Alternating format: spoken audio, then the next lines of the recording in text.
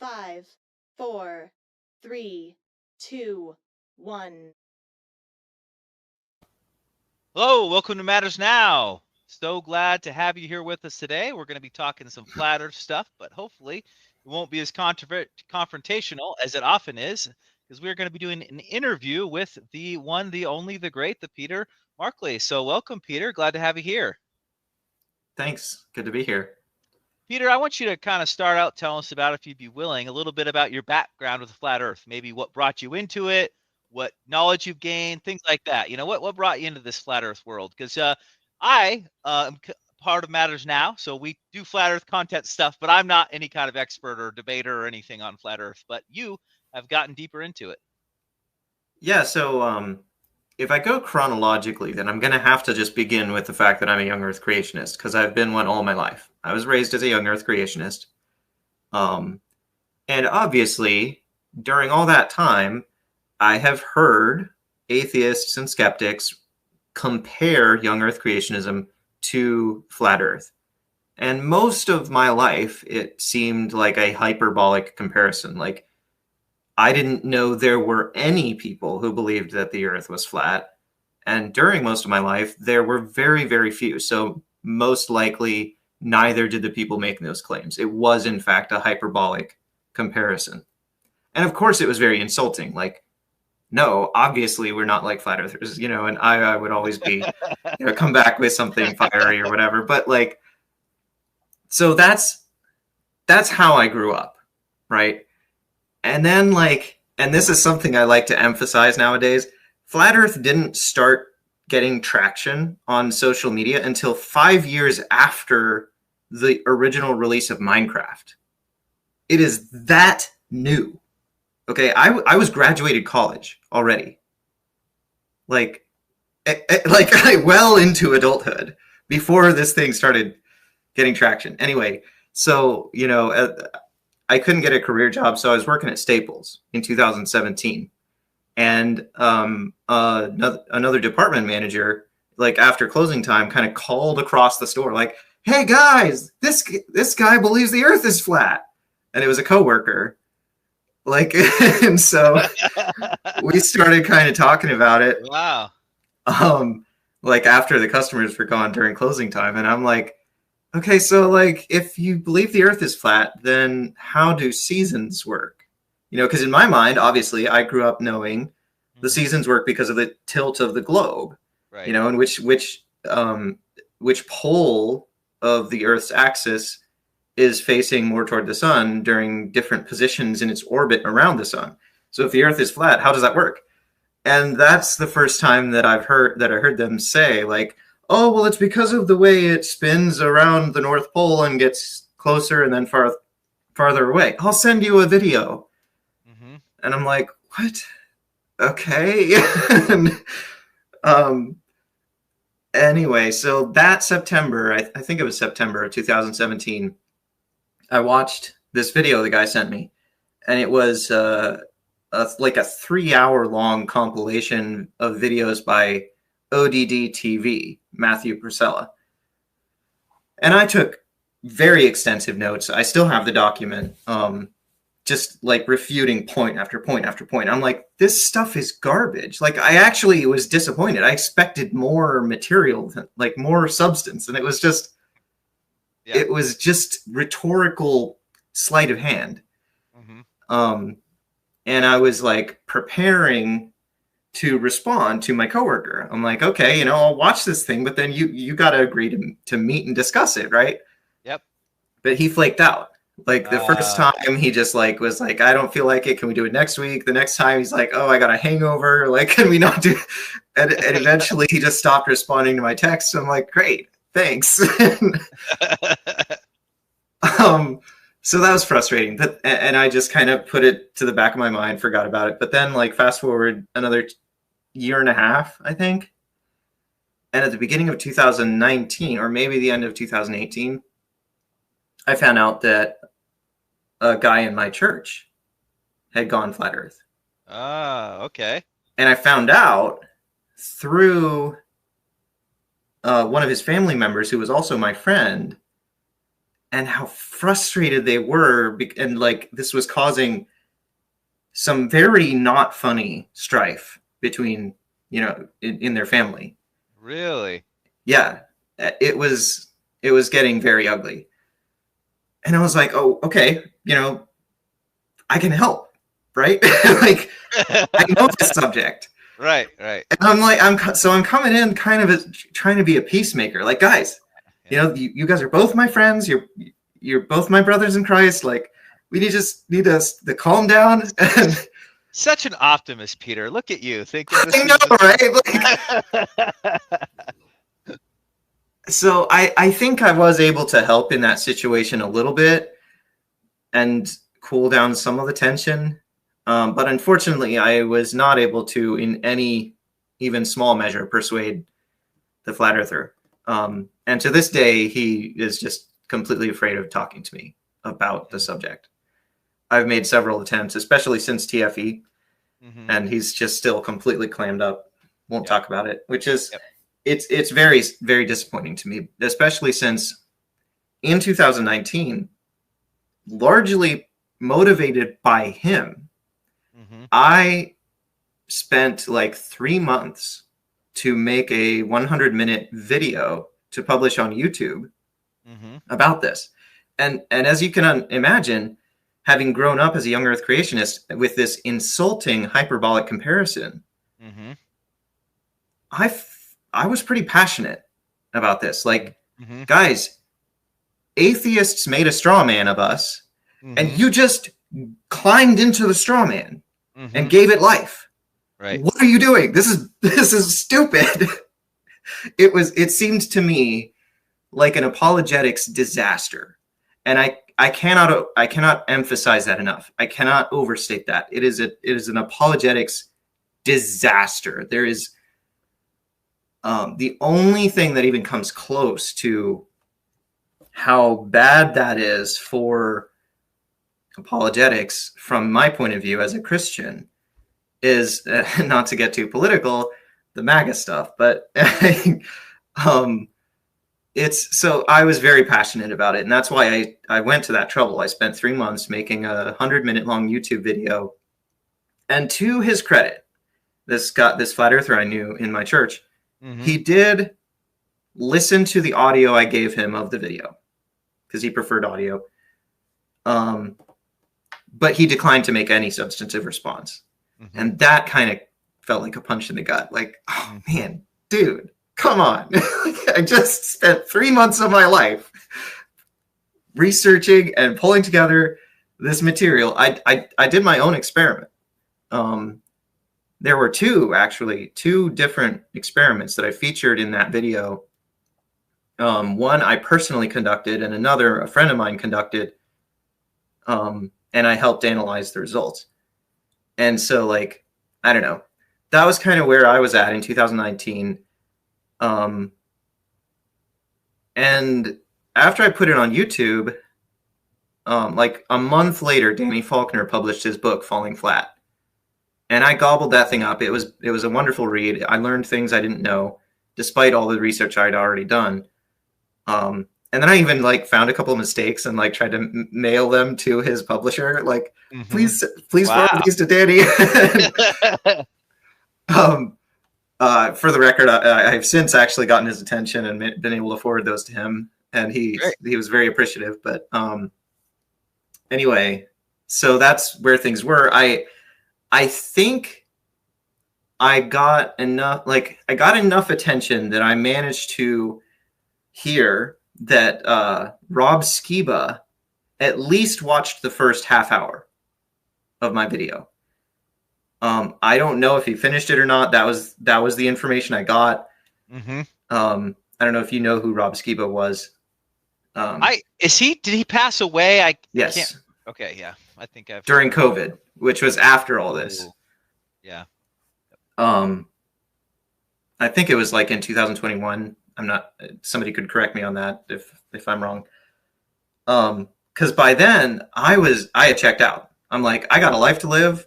This has gone nowhere. You know, the only responses I got were like, you know, some a few people who were appreciative, because they didn't know much about the topic. So I was helping to equip some, essentially, globers, people who just because they're normal people believed what they were told about science. And so I was able to help equip them, like to help them understand the science better. And before you go on, I'm gonna pull us back a little bit. I grew up young Earth creationist as well. I would probably no longer consider myself young Earth. I think if I would be young Earth, I would just have to kind of admit there's just a lot of miracles going on, like a lot, kind of to the point that maybe I'm getting a lot of miracles going on, maybe excessively, and maybe it doesn't really fit the evidence very well. I just had to insert miracles too often. Maybe one day we can talk about that more or not. But I, as a former young Earther, or maybe thinking takes too many miracles, am way empathetic to young Earth, way more than some, right? Some people Can I leave. just ask you one question? What you mean by that about miracles? Do you mean like miracles in the past or ongoing miracles today? Kind of ongoing. Like you get the the heat problem in Noah's flood or something like that. It's just got to be some kind of awesome miracle going on there, or it's local or whatever, right? But there has to be a lot of work to happen to try to fit what we see with the evidence, right? You could even say like, well, God made everything to look really old. Okay, but that's I mean, we're kind of just saying miracle, God made it look old, even though it's not, kind of a thing. I mean, I'm not saying it's impossible. I'm just saying you do have to do a lot of work to make it fit the evidence. There are definitely challenges intellectually to face there. I don't claim to have answers on all of those things. Yeah, and the more I talk to people that were really good at science, because I'm not, I have a PhD in theology. I'm not a scientist. I realized I didn't know anything about this, and for me to have this hard younger stance, I didn't know anything about science. Like not enough to be compared to someone who does it every day, right? Like, the example I often give is like I wrote my PhD dissertation on the husband and wife in 1 Timothy 3:2. Are you familiar with that phrase? So in 1 Timothy chapter 3 is the list of the qualifications for a pastor.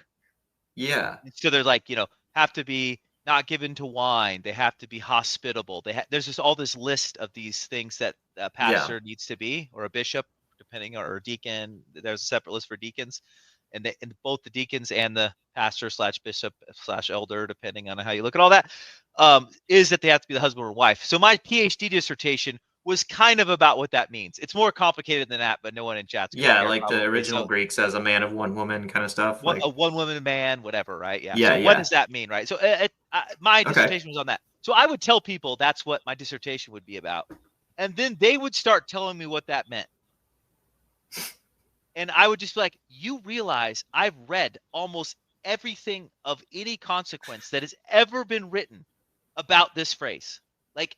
Almost everything that's ever been written about the phrase. And now you are explaining to me what it means. And then I sort of realized I was doing that to the scientists. Like, hey, scientists, I read a book by Ken Ham. Let me explain to you how this science stuff works. And so I wouldn't say I suddenly jettisoned young Earth necessarily, like instantly off that. I just realized like I need a more humble approach. Does that make sense? Yeah. So that is a definite thing that we need a lot more of. That is basically we're in a desert of is humbleness and honesty. Mm-hmm. We need to get humble and honest, and that's I appreciate where you're coming from on that. Yeah. So I should probably say, if any audience member is more curious about like where I am on the science of this, more than like this conversation provides, you can go watch my interview with FTFE Craig. Well, he was the host. It was an interview with Dapper Dino. And that, hopefully would answer any further questions you have on that, because it was like a pretty long interview. Okay. Question from the audience. Did Peter find out how his friend got into flat Earth? That is a really interesting question. You found out this friend at church. What was the video? Was it the Eric Dubé 200 proofs or whatever? Like, seems like that's a common story, or do you know? I did hear him mention Eric Dubé in a very early conversation I had with him. I never got like the full history of like, where his because he never really opened up to me about it. Okay. He opened up to me about it enough to have like a 2-hour conversation in a McDonald's one day. That's just where we happened to meet. And it was like, because basically I wanted to show him that I could have this conversation with him and not turn it into name calling, which is how it turned when he had it with all of his family members. Right. So he was very appreciative of that, but it wasn't like a buddy thing. It was kind of still a little bit of a stalemate, like kind of cautious feeling. And I don't know if I should have approached this differently or not, but from the very beginning, I was very strong in my stance on the science. Like, no, there is no evidence for this, none. That this it's yeah. Right. And I could fully explain to him anything that he threw my way, and he didn't seem to jive with that. so I didn't get a lot of juicy details about where. No, not a lot of origin story details on where he got it. Yeah. I don't know anyone in real IRL that is a flat earther, so I don't know of one. I only, watched MDD debates about other subjects I was interested in, and then, flat earth was one, so I saw it there. They were the only two I knew before, I actually started making content on it. And then of course I started getting into contact with people online, but yeah. And to this day, they're the only two I know in person. Although I shouldn't even say two, because I don't know the coworker from Staples anymore. Yeah, right. Yeah. He was in my life for maybe a week. Yeah. Cumulatively a week, because I did spend like kind of a month like researching before I started texting him again. Anyway, too much detail. Yeah, that's interesting. So let's jump on. So you start doing that. You make this video. It's one long video. Some people watch it, so on and so forth. But then at some point, you transition into being a content creator to a degree. I guess I think you do a lot on TikTok. I'm not on TikTok. So tell me about how your content creation sort of career grew. Yeah, so from my point of view, the video I did in 2019 was a little tiny bit of a fizzle. Like, I wouldn't say that it failed to accomplish the purpose that I had when I set out, because the purpose mainly was to help address this brewing conflict in my church, right? It was kind of personal. Right. And then along with that, I had a general sort of vague purpose of, I want this information to be known out there because I am passionate about this subject and how it's perceived by the entire public. And young earth creationism has to dig itself out of a hole at this point before it's even on equal standing with any other views, in my opinion. So like, I wanted this video to help dig out of that hole a little bit, but like, I also realized I am very limited in my ability to do that. And when the response kind of leveled off and the crickets started chirping, I was kind of like, all right, I guess I better get on with my life. I didn't really plan to become a flat earth debunker or a content creator on this. I had other priorities. I'm still trying to write a graphic novel, and draw a graphic novel. I have the script written, but that's been my labor of love for like 20 years at this point, almost. And so that's still way more important to me than flat earth debunking. But it's like it's something I hold very close that's not very public at the moment. And so I was trying to get back to that, in addition to like, right when I finished the script for my graphic novel, I met my wife online. We met in a Discord server about Christian video gaming. So that's kind of a fun story, but like,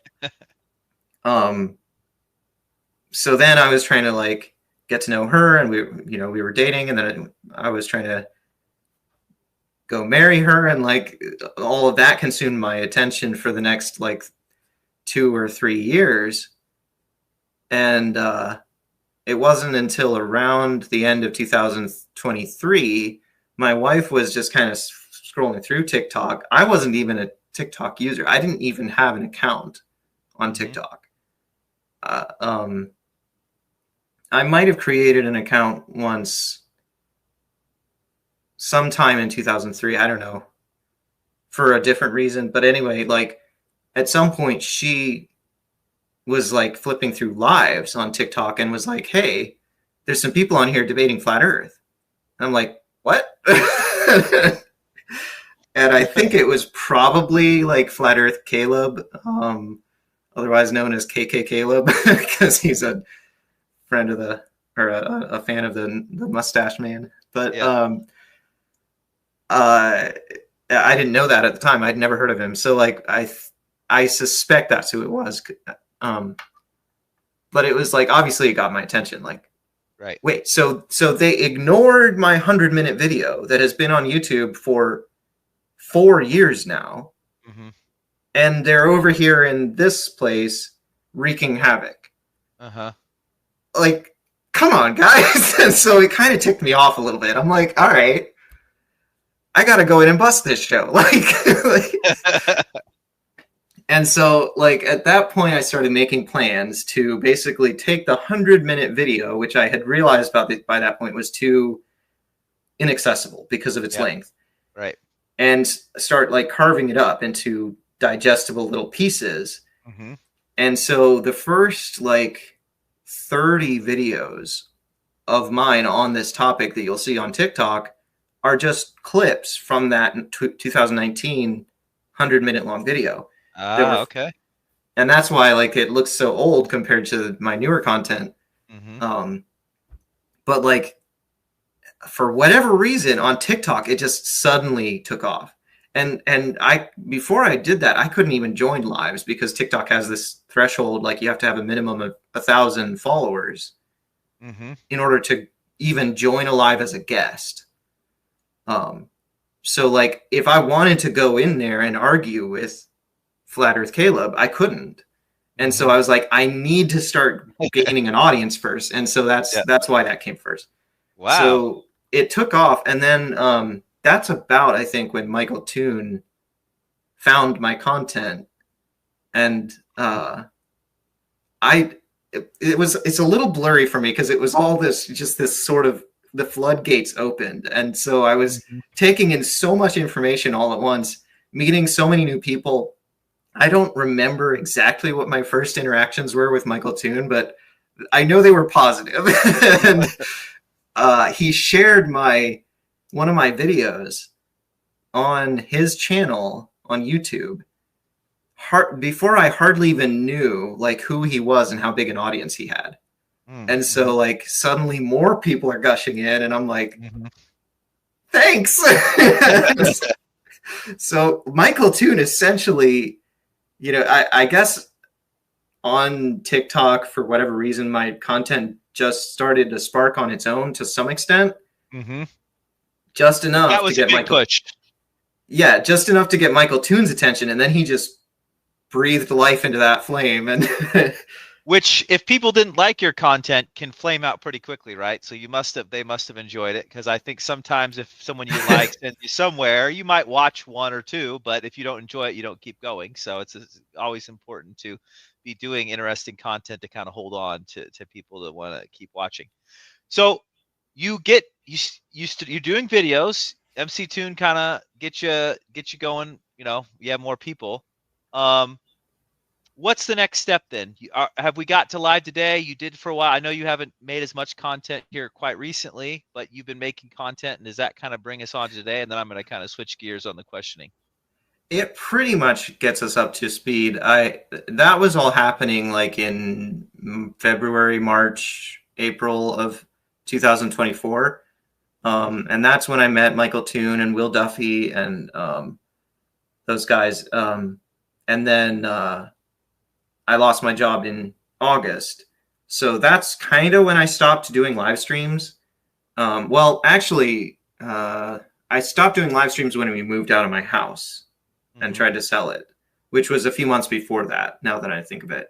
So yeah, so right as like everybody, like Will Duffy was gearing up for the final experiment, my wife and I were moving out of our house, and it's like, okay, Yeah. we're And so going were two you different making directions here. TikTok content at all at this time, or not? The TikTok live streams were your main thing, or? I was doing an occasional video and also doing pretty regular live streams, and then because of all that, like where we were moving out, I had to stop kind of both. Although it was also a little bit of a an escape. I think I mentioned to you earlier. Mhm. So I kept it up a little bit, but kind of at a trickle, just a manageable amount, just enough to keep me sane during the stress of us moving and stuff, but not enough to like I couldn't afford to do too much of it. Right. Yep. So at this point, I think I've been on Modern Day Debate a lot more than I have on my own channel. Yeah. Yeah. So, okay, that's good. So kind of have your background, how you got in. You had a personal friend that brought you into the interest, and so you made this big video as a part of that. Then you saw it on TikTok. You break that video up into a bunch of different videos, and then you kind of start producing TikTok quite a bit. Last little bit here, you've been slowing down the content, personal life, lot of things going on, moving and whatnot, but that kind of brings you here. So what I would like to sort of jump into, and I'm going to kind of let you talk, and then I'm going to kind of discuss some thoughts I have on it, is what is your experience as far as convincing anyone that's a flat earther to not be a flat earther? Do you have a single example of anybody that you know of online that has changed their mind and you are an influence upon them? I believe I have had a very small handful of people either comment or message to me something to that effect, although I don't know how many of them were strong flat earthers beforehand. So they may have been sort of on the fence. And they were, I had the impression that they were quiet people that weren't necessarily content creators. They weren't in there commenting like, Earth is measured flat. Like, it wasn't those people, it was the quiet observers. Mm-hmm. And so that has really been a motivating factor. Like, wow, this is actually making a difference. And it's hard to know, like, if there's ever any cases where that's like, for some reason, like not actually true. You know how flat earthers will often say like, oh, I was on the fence before, but now you just convinced me to be a flat earther. Like they'll comment that under Glober content. Yeah. And then they'll comment it again and again and again. It's the same. Yeah. So sometimes they'll just like troll. Mm-hmm. But some of these seemed genuine. So was it your goal to obviously the first time it was when you had the personal friend at church, you were hoping he would switch. And then when you made the 100-minute video, you were probably hoping somebody would switch, whether it's friend or other people. Has that continued to be a goal in any of the content you make? Like if you were to make a video tomorrow and, had lots of time and, would you think, I'm going to try to convince, influence a flat earther to consider giving it up? Is that how have you developed? Obviously at the beginning, that was a goal for the first one. And how has that gone since then?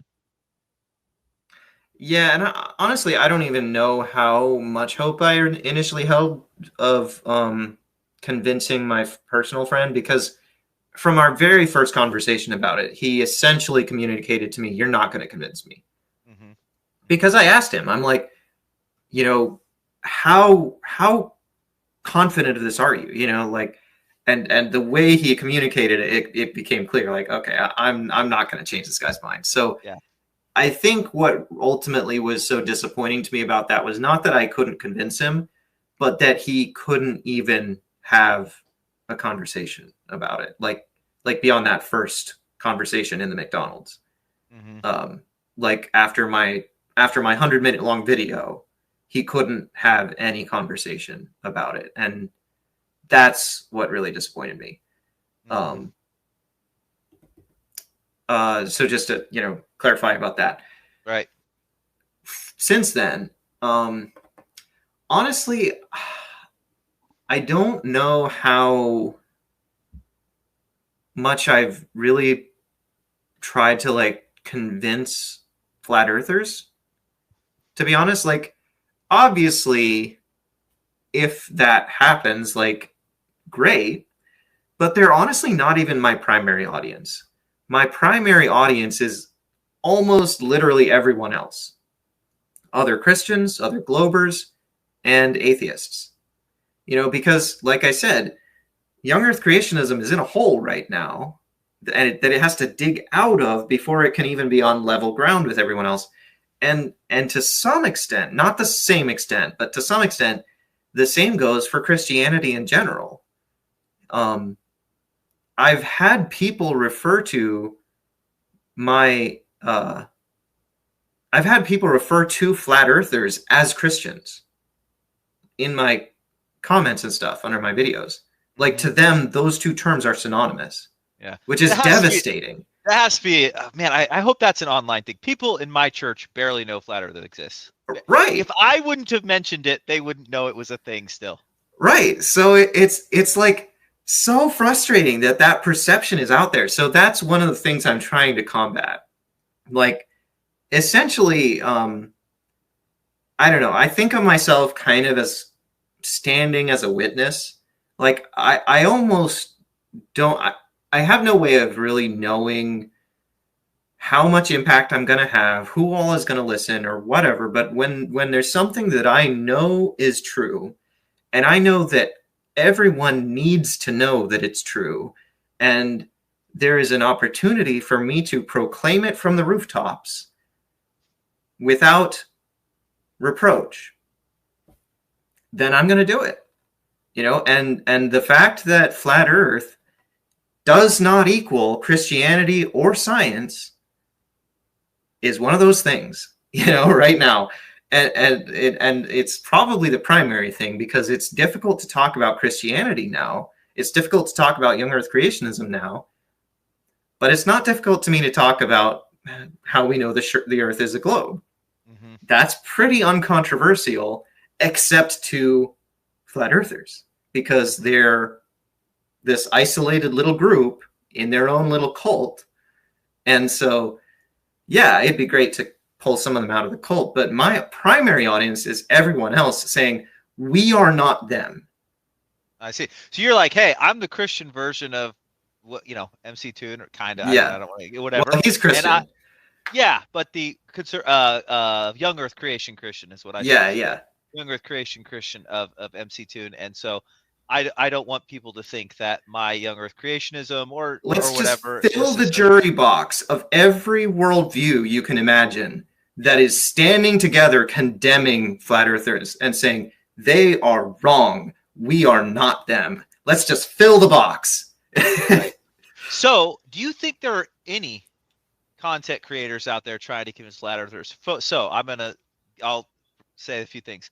My understanding is that's not MC Toon's goal. I don't think his goal is to convince flat earthers. I don't think it's FTFP's goal either, is my understanding. I don't think it's Simon Dan's goal. I don't know him at all, but just watching his content, I don't get that impression. Maybe the other guy that went to Antarctica that has the dog, maybe he would think that Dave way. McKeegan? Maybe he would, maybe, I don't know. But the only one I've heard, which I don't listen to all the content, that I have think has made videos that I have watched that has expressly said, I would like flat earthers to consider this, is Jaron. Who else anybody else have anybody else made content where they were saying, hey, I am speaking to flat earthers, trying to get you guys to think about this? Is there anybody making content like that you're aware of? Well, I have to be really candid here. Flat Earth is a cult. There's no two ways about that. It's a complete cult.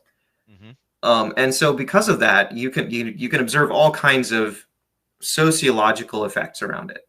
One of those main concept effects that's relevant to mention here is the wall of isolation they create. They don't watch Glober videos. Mm-hmm. They don't listen to Globers. It's almost impossible from a Glober point of view to reach through that wall into that bubble and pull one of them out. There's almost no way. And so I think most Globers recognize that and they don't try. Like, Dave McKeegan is probably the closest that comes to mind. And the way he does that is by essentially pretending not to try. He just kind of sidles up to that wall, nice and slow, nice and like calm, and just like, here's some info. Just sets it within reach and then backs off and sees if they bite, you know, and right. That like extreme non-confrontational approach is essentially the only one that I can see that has any hope from a glober of making an impact, and at least in any intentional way. Like, obviously, there might be the odd flat earther here and there who watches my content and comments, you know, or whatever, or any number of other globers. But from a point of view of like setting out to do that, that's the best strategy I've seen. But Jaron has a unique position because he was in the bubble, you know. So that changes the whole dynamic. That's my assessment. Yeah. So, but think about like this. This is what I think about it.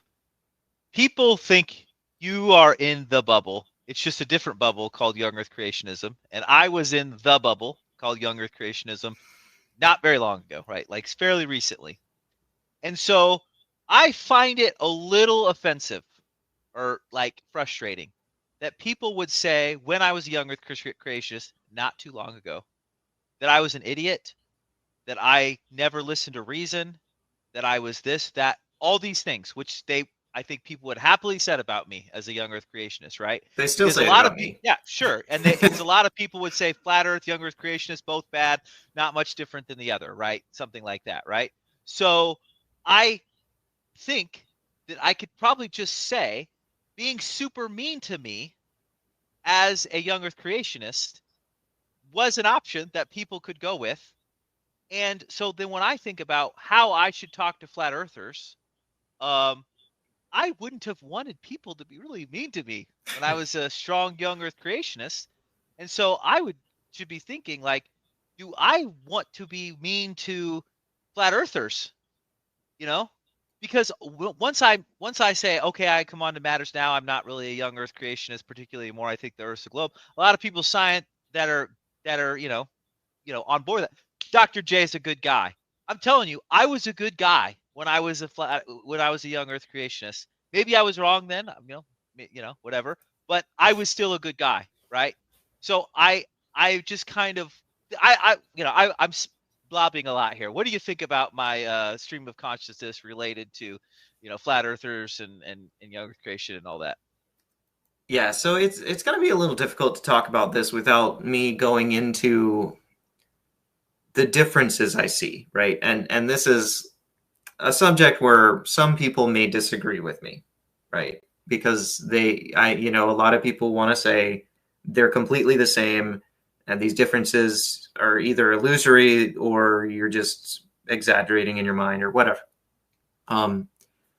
But to me, there's a lot of very, very key differences. Between flat Earth and young Earth creationists. Yes. Okay, I'm interested to hear these. Now, there are some similarities, right? I heard one YouTuber, I wish I could remember the name of the guy, but he did an excellent video against flat Earth, and one thing he said about them was that they're not open to be persuaded. And if anybody recognizes that phrase, like, and remembers the video, feel free to comment or whatever. I was recommended the video by a guy on TikTok named Arrow70. I could probably look through my YouTube history and find what video it was, but I thought that was an excellent phrase. But the thing is, it also applies to me about young Earth creationism. And so that is a similarity. But the reason it's a similarity is because both are a religious belief. Flat Earth is a religious belief, and young Earth creationism is a religious belief. One difference is, I freely admit mine is a religious belief. Flat Earthers do not, right? So a religious belief by itself does not constitute a cult. It's just a religious belief. It could be right, it could be wrong, but it's just a religious belief. And one thing that helps is if it labels itself that way, you know? But So if to it doesn't, okay, go so ahead. to clarify, so if you're saying a person who's a young Earth creationist comes and says, and this explains the science best, and argues scientifically that young Earth is the best explanation, you would be like, I'm not on board with that. At the moment, I would be very, very cautious and hesitant to be on board with that because I know that there's a strong tendency and temptation among young Earth creationists to be like flat earthers, to be a bit culty, Mm-hmm. you know? And one of the ways they do that is by exaggerating the evidence for it and just ignoring or denying the evidence against it. And that's bad. You know, we got to be humble and honest. I don't remember if we were live when we mentioned that phrase, but yeah, but it's a good phrase. Like that's what we have to be. Mm-hmm. And from where I'm standing or sitting right now, the way to be humble and honest as a young Earth creationist is not to say the science favors my point of view. Mm-hmm. I used to say that when I was a kid, Mm-hmm. but I mean, to be humble and honest, geology and biology were some of my weakest subjects in science. Mm-hmm. You know, I love math. I love physics. I love geometry. I love trigonometry. I love computer code. And by comparison to those things, geology and biology feel very messy, and Mm-hmm. chemistry as well. So it's kind of like I don't know, like these just aren't my subjects, and so I have to basically take the word of an expert, you know, and it's a question of which expert do I trust. Mm-hmm. And I have to recognize, like, to some extent, that's a personal choice that if I get to make as a young Earth creationist about whether I trust an expert in a subject I don't know, then that's a personal choice that a flat earther also gets to make. So if they don't know geometry very well and they join my live as a flat earther and I'm the expert trying to tell them, look, your belief is not possible according to what we know from math, you know, they have to make a personal choice whether to trust me or not. And I have to make a choice about how much force to try to, you know, apply in coercing them to. And of course, it's not going to work if I try to force them to trust me or whatever. Mm-hmm. So I don't know. It's given me a little bit of empathy for them, you know, in that regard. That Right. has to be a lonely road for them to walk if they don't trust experts, but also don't know the subject. But it's valid. It's their choice. I can't make that choice for them. So I have like tons of empathy for flat earthers because maybe I was one of them as a young Earth creationist. Maybe someday I'll decide I might as well have been one. You know, maybe I'm not thinking it was quite the same, but maybe one day you and I, 20 years from now, will go, you know, remember when we were young Earth creationists or whatever. Who knows? We don't know the future. Maybe we'll become stronger young Earth creationists in 20 years, right? We don't know what the future will be. But I do have tons of empathy for them, and I would argue, based on some books that I've read, that we all are convinced we change our minds because of intellectual information that we get. We get some intellectual information, we bring that on board, and we change our minds. That's what we think we do. It is not actually what we do. Almost all mind changing, according to these books, which may or may not be right, is almost all completely related to the emotions. And then your logical brain often finds a way to make it work, right? So I think an example that maybe if you know you're dating someone or married or really love someone a lot, you could say they do so, or you have kids. Kids, I don't have kids, but you know, kids could be an example of this too, right? Your kid does something dumb. You as a parent are going to be able to do an impressive amount of work justifying what that kid did compared to if they were someone else's kid. Does that make sense? Like your love and your emotion toward them can do a lot of work. And in And your so example, you've just provided a way that that's actually a good thing. it's got its pros and cons. But Yeah. when you're saying, I want to convince Peter Markley of something to agree with me, I'm going to say, like, starting out saying, well, I just need to prevent the facts and Peter will listen. I don't think that's actually true. Not because Peter is particularly emotional. I think we're all that way. We all tend to be very emotional in our decision making, even when we pretend we're not. We all pretend we're some sort of robot that just Unless it's a makes subject we decisions. just don't care about at Yeah, all. yeah, maybe. But if we do care, there has so like in order for someone to be convinced that they're wrong about something, I think they have to have positive emotions toward the person that is trying to get them to change their mind. And I'm not saying no intellectual thing ever happens, but if those emotions are not there, they will not change their mind.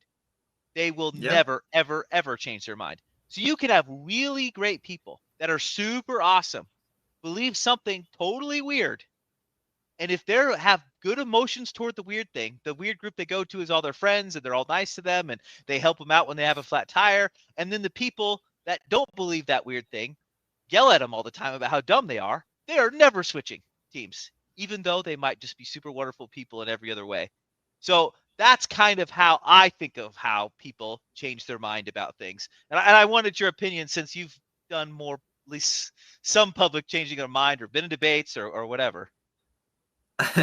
Well, very little. Like I said, it was a small handful of messages I've received, and they were, if not anonymous, from very, unknown people, like small user accounts that didn't make content or whatever. Mm-hmm. That's what my impression. I don't recall every case, but Mm-hmm. yeah, it seems that's what you're saying sounds right to me. I mean, I haven't studied all of that or anything, but it certainly helps explain or resonates with like kind of the power, the scary power and responsibility that teachers and leaders have in society, and the devastating consequences we see when that power is abused, or the flourishing that we see when it's used well. And so that's one of the reasons why I try to make my content about, why we know Earth is a sphere, because like I said, it's one of the few things where I know for sure what the right thing to say is. And so and like that society does need to hear it. So it's like, all right, let me just stand up and say this, because I want to use my power for good to whatever extent I have it. We got a question. If a kind approach is the way to go, why do they, I assume they as flat earthers, all tend to be attracted to horrible people? Question mark. I agree being kind is usually the way to go, but I'm not sure there's a good tactic for this. I am going to suggest this to you. This is maybe I'm wrong. To our man here. We will do incredibly stupid, crazy things once we've dug in on a belief and we are like defending it, and the person attacking us we don't like. We will do crazy stuff. For example, in Germany, it's not like everybody said, hey, let's do a whole bunch of terrible things. And they all just are like bad people. They went from like normal people, not killing anybody, to like doing terrible things in just like a matter of years, right? You just get a good us versus them going, and then you justify in your mind why you can do whatever you need to them, and you can become horrible. Every person is completely capable of being an absolutely horrible person. I just do not believe that the entire country or 80% of the country of Germany were suddenly horrible people, because like some years after the war, they weren't a lot of them weren't horrible anymore, right? So we are all capable of this. And therefore, when we all say, but the flat earthers are so horrible, they are like uniquely evil people. I do not, there may be some people that have something going on with their psychology that's uniquely bad, right? We usually call them psychopaths or have other terms. But if they don't have something special going like that, they're not uniquely bad. So you say, when you're in an us versus them situation, will you lie to protect your team? Absolutely you will. And Globers will too, right?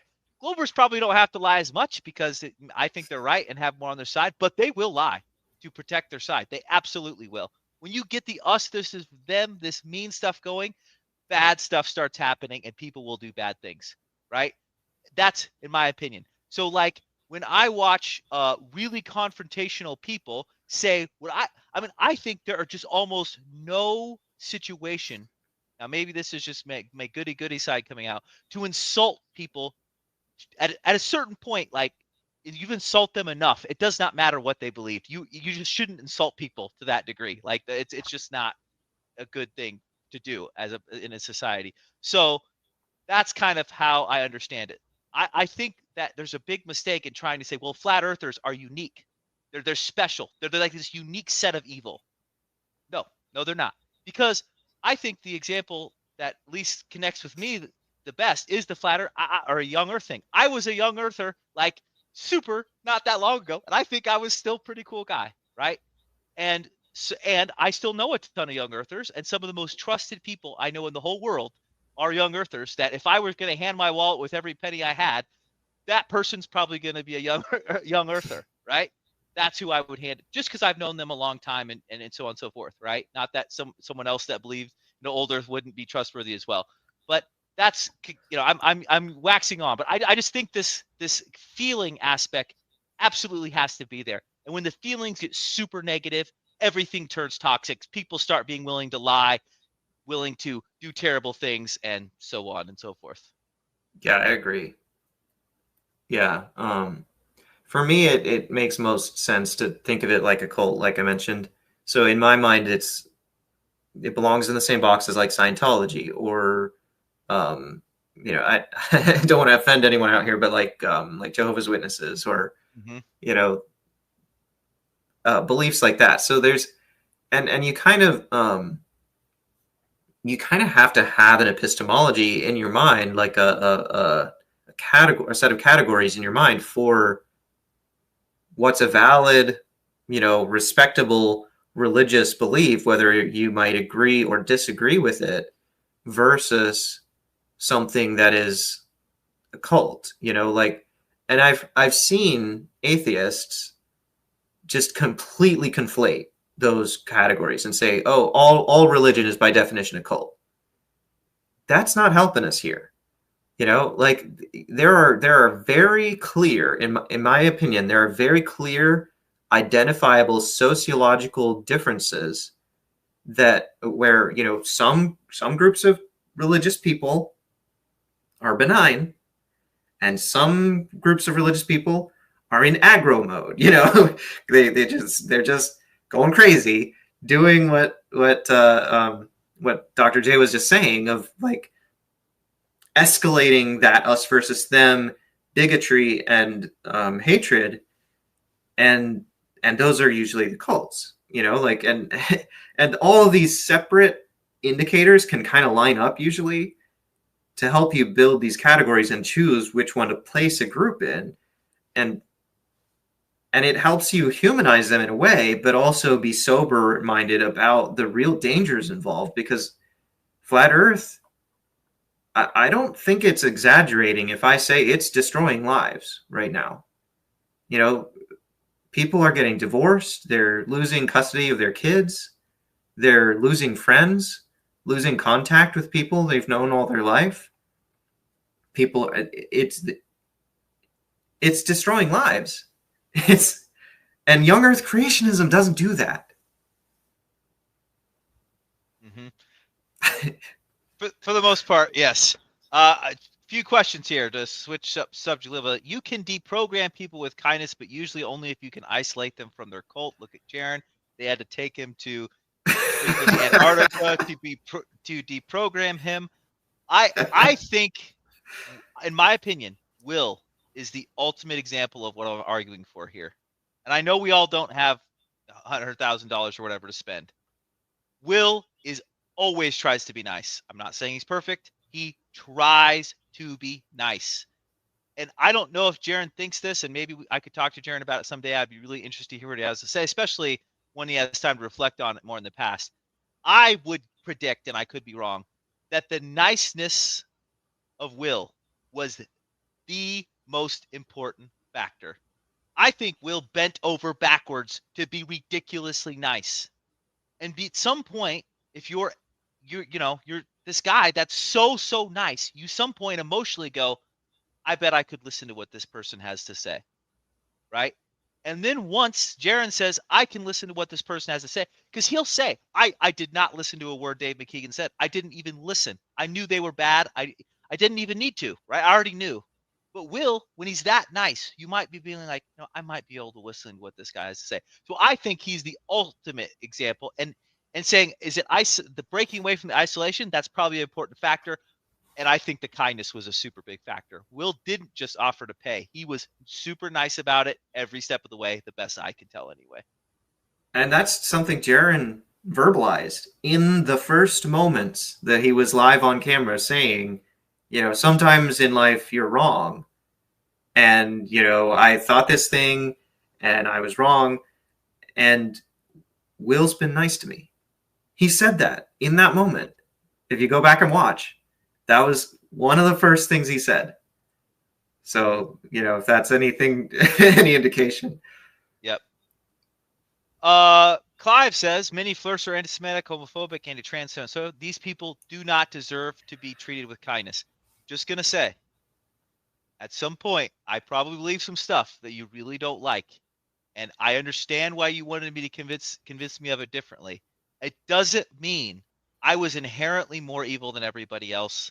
We have to be able to be nice. We can say, I think, anti-trend stuff is the worst thing. Super bad, super bad, super bad. But I like, you're still, I'm not going to be mean to you as a person.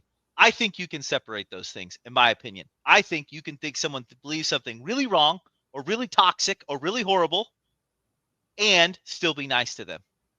I think this is a possibility.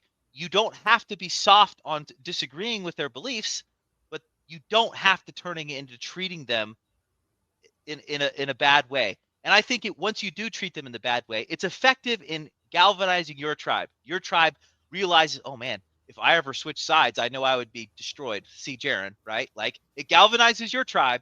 But if today we're talking about how to reach the other people you're trying to convince, I don't think that you can convince them without some kindness, without breaking down that emotional barrier for them to at least take a second to say, well, at least I'm willing to listen to what you have to say.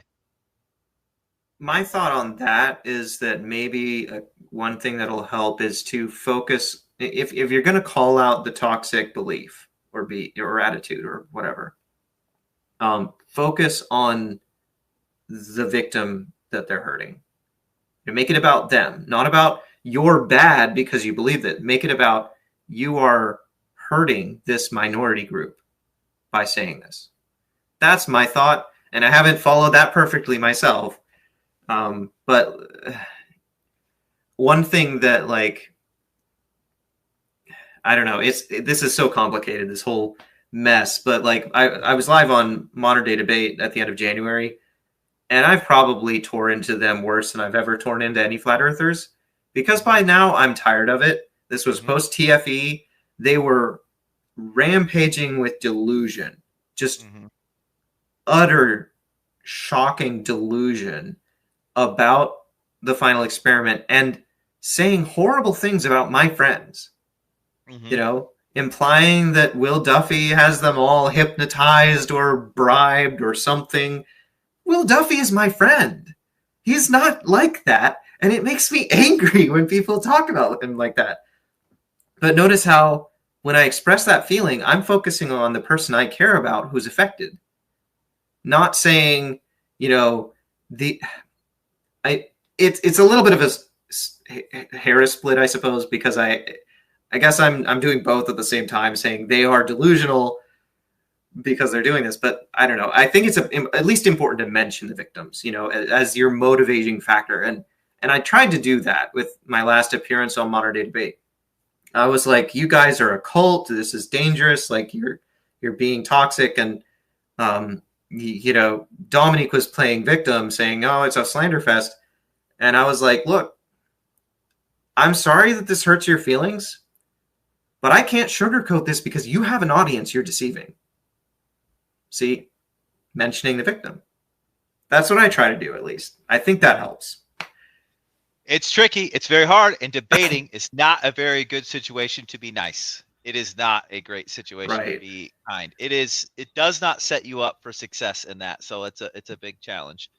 Can't wait to Max says, of course, he's been lurking in the chat. You guys have probably been interacting with him. He says, can't wait to till the Will Duffy versus Nathan Thompson debate, February 22nd. I think that'll be great. I'm usually not too into the flat earth debates all the time, but I like Will, and I think it'll be interesting to see with the FTFE stuff. So it's going to be like Captain America versus the Tasmanian Devil or something like that. Right. And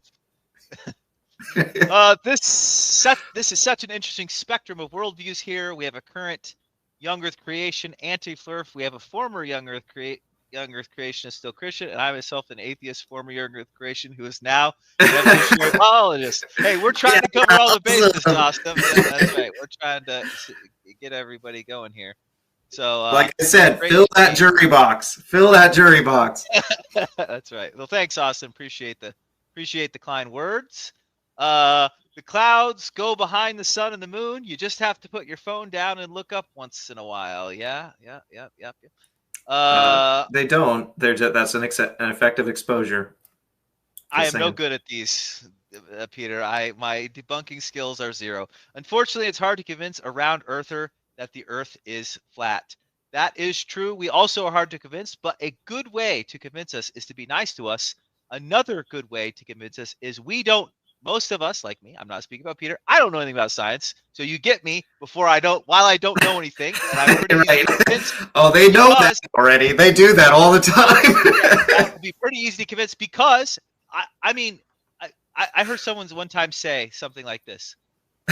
It seems really intuitive that the world's a globe and that there's the sun, the rotating around the sun. I'm like, intuitive? What are you talking about? I mean, intuitive is you look and it looks flat. That's intuitive. Right. We're hanging out in space by an invisible force. Is not intuitive. No. I'm sorry, it's not intuitive. I understand why it works, but it's not. I'll tell you what is intuitive. The sun sets. The sun goes below us at night. That's what's intuitive. I think there's a lot of super great arguments. Jaren's been doing some whatever. I understand all those. I could probably even summarize some of them. But I just say, if you haven't thought about it much at all, and you're just like kind of making it up from scratch, the flat Earth thing is totally fine. And actually, Peter, we're going to end up pretty soon. I want to do about an hour, but something I wanted to ask you about is I actually think the type of education I had growing up was incredibly fertile ground for flat Earth. This is why. Earth is young or whatever. Evolution's not correct. Evolutionary biologists are lying to us. They know it's obvious. It's obvious that the Earth is young. This is the education I got. It's clear that the Earth's young. They're denying it. They're saying it's old. It's really young. Why are evolutionary biologists or whoever else lying to us about this? It's because they want to sin, essentially. And we can't trust the system. We can't trust the system. That's what I was taught, right? The system's bad. Yeah, okay. You with me? Maybe the reason I'm still a young Earth creationist is because I got an abnormal young Earth creationist education. Because that is not what I was taught. I'm just going to say, I didn't say that in the most charitable way possible, but it was like that. I mean, it clearly. I mean, it's close. It's close. I will give you that. Like, I remember hearing overtones like that. Yes, because clearly all the evolutionary biologists don't think it's old, and therefore we had to come up with a motivation for why they're could be so wrong about this. And usually so whatever the motivate, they're wrong, right? They can't be trusted for sure. We can't trust them. And I have to be fair to, these young Earth creationist teachers and church people and stuff. It's motivated by cognitive dissonance, right? Not knowing the answer to a challenge from an opponent is torture. It feels like dangling over a pit or something. It's torture. And not everyone has the strength of mind or the strength of conviction to maintain their belief while dangling over that pit of uncertainty. And so they try to escape that feeling by filling in with, substitute answers. Oh, it's not, this evidence against my view is not really true. It's that we're lied to. It's that the person who presented it is a liar. That doesn't help anything intellectually. It just helps you get out of that situation of feeling that cognitive dissonance. Mm-hmm. And I don't know, I saw like a TikTok at some point about like, if you care about truth and you feel cognitive dissonance, you gotta actually lean into it, even though it's uncomfortable. And I appreciated that. So kind of going along my rant here. So we can't trust scientists, that's for sure, right? We can't trust them. So therefore, not trusting them, we're good there. So scientists tell us the Earth is a globe. Do we trust scientists? No, we do not. So we can go with the Earth's something else, right? Now, so obviously not everyone that grew up like me goes to flat Earth. I'm just saying it's fertile ground, right? It's fertile ground. We said scientists were intentionally deceiving us, essentially, or they couldn't be trusted, for sure. For sure, couldn't be trusted. Or they had to pretend, whatever reason, right? They couldn't be trusted. Whatever reason it was happening, they were telling us that the Earth was old and it was really young, and they can't be trusted.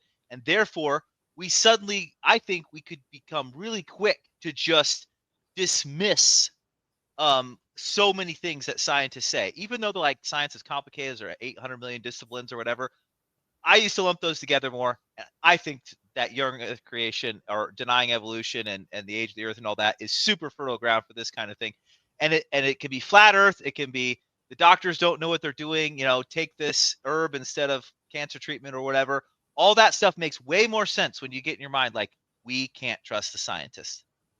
That's my opinion on sort of the fertile ground that I kind of I recognize what you're saying, and there definitely exists a pipeline there, and many pieces of that pipeline were built by carelessness in the young Earth creationist community. I don't have any doubt about that. Well, Peter, I appreciate you joining us. It's been about an hour. That's where I wanted to go today. We had a lot of great chat questions here. Thank you so much for everyone that jumped on and were in the chat with us. Had a great time chatting with you about this. Maybe in the future we'll bring up some other topics and we can chat some more. But I wish the best for you and moving and all that situation. Thank you. And hopefully you'll be able to make content if that sounds fun to you as much as you want again someday, if that sounds like a good time. Certainly love seeing you on Modern Day Debate. You're always one to look forward to. I try to champion the be the nice guy thing. So and you're one of my top guys as far as I feel like you're putting good effort towards that. So I really appreciate it. Thank you. I appreciate that. All right. Thanks for everyone for joining us. Don't forget to like and subscribe, share all those things, and we'll see you again next time on Matters Now.